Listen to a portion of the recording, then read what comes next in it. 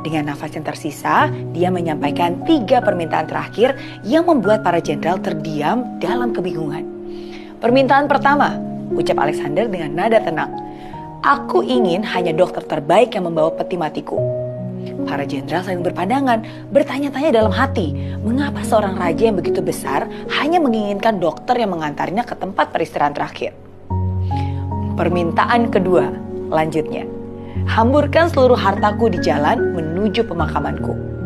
Nah, kali ini keterkejutan para jenderal semakin besar. Kenapa harta yang diperoleh dengan kerja keras harus berserakan di jalan seperti itu? Dan yang ketiga, kata Alexander dengan suara yang semakin lemah. Biarkan tanganku tergantung di luar peti, berayun bebas tertiup angin, agar semua orang dapat melihatnya. Para jenderal yang biasanya tegas dan penuh kepastian, kini dipenuhi dengan kebingungan. Mereka meminta sang raja untuk menjelaskan apa sih makna di balik permintaan tersebut. Dengan senyum tipis dan penuh kebijaksanaan, Alexander menjawab, dokter terbaik yang membawa peti matiku, aku ingin menunjukkan bahwa bahkan mereka yang paling terampil sekalipun tidak dapat menghindarkan aku dari kematian. Kematian adalah bagian dari hidup yang tidak bisa dihindari oleh siapapun. Hartaku yang berserakan di jalanan, aku ingin dunia tahu bahwa kekayaan yang kita kumpulkan di dunia ini tidak akan membawa kita kemana-mana. Segala yang kita kejar pada akhirnya akan tetap tinggal di bumi ini.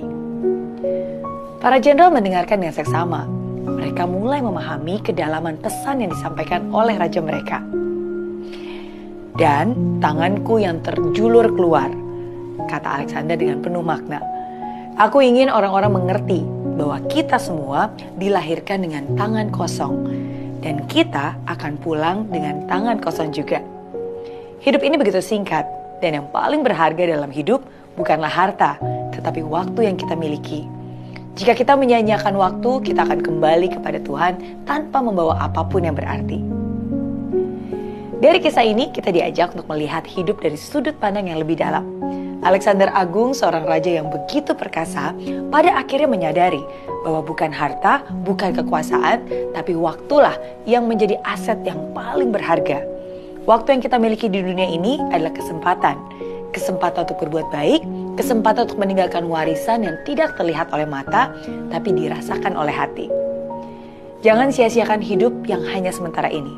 Gunakan setiap momen dengan bijaksana. Karena pada akhirnya, yang paling berharga bukanlah apa yang kita kumpulkan, tapi bagaimana kita menjalani hidup ini. Karena pada saat waktu kita habis, yang akan dikenang bukanlah harta yang kita miliki, tapi jejak kebaikan yang kita tinggalkan.